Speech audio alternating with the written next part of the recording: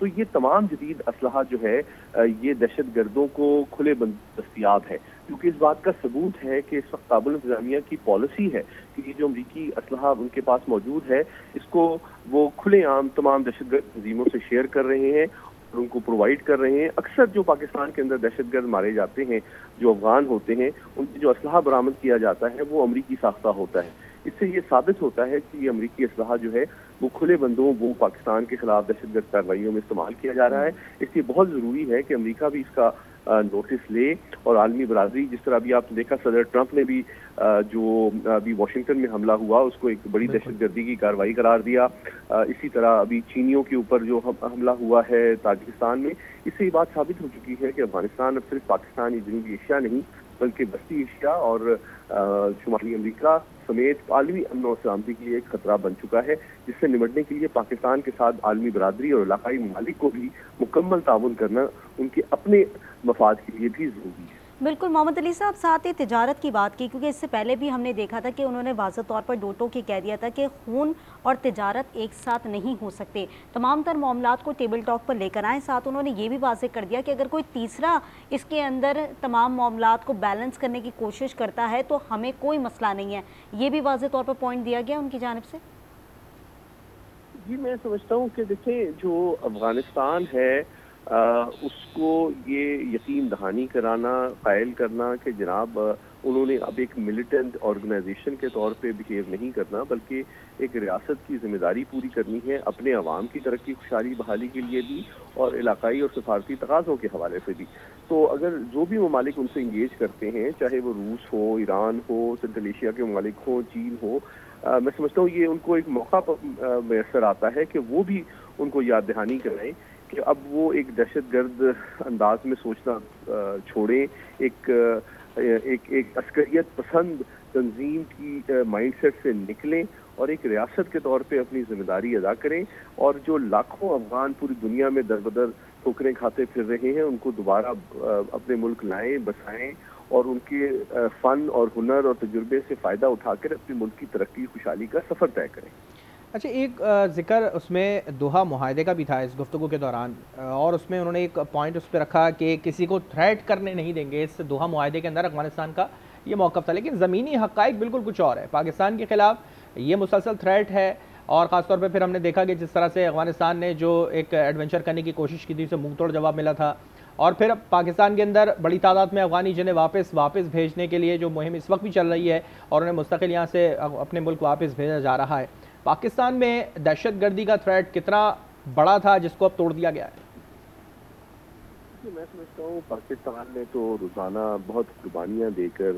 اپنے ملک کی سلامتی کو اچیو کرنے کی کوشش کی ہے، اور اس کے لیے ہمارے جو انٹیلیجنس ادارے ہیں، دفاعی افواج ہیں، وہ بہت زیادہ خراج عقیدت کے مستحق ہیں، اور ان کا جو سکہ ہے وہ پوری دنیا مانتی ہے کہ پاکستان وہ واحد ملک ہے جس نے دہشت گردی کے خلاف ایک دیرپا اور مؤثر کامیابیاں حاصل کی ہیں۔ لیکن یہ بہت ضروری ہے علاقائی ممالک اور عالمی برادری کے لیے بھی کہ پاکستان ایک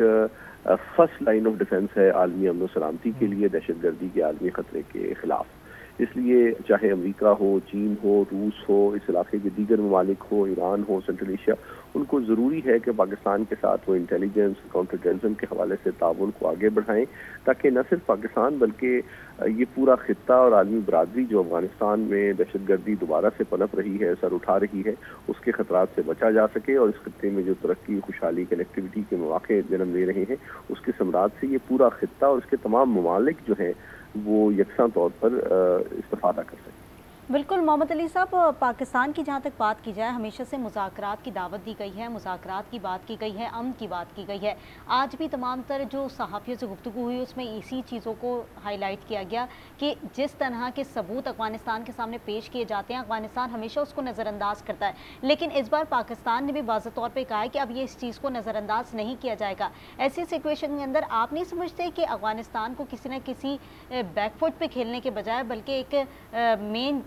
ٹیبل پہ آ کر تمام تر گفتگو کو آگے بڑھانا چاہیے، کوئی ایسے میکانزم کو تشکیل دینا چاہیے؟ جی میں آپ سے متفق ہوں کہ دیکھیں خود افغان انتظامیہ کی اور ساتھ ہی ساتھ ان کی عوام کی بہتری اسی میں ہے کہ ان کی جو موجودہ پوری حکومت ہے وہ اپنی ذمہ داری کا احساس کرے اور ایک ذمہ دار ریاست کے طور پہ دہشت گردی کا قلع کما کرے اور اپنی سرحدوں اور اپنی اراضی کو دہشت گردوں سے محفوظ کرے، اور تاکہ جو ترقی، امن اور خوشحالی کے ثمرات ہیں وہ ان 4 کروڑ افغان عوام تک پہنچ سکیں جو کہ 40 سال سے زیادہ عرصے سے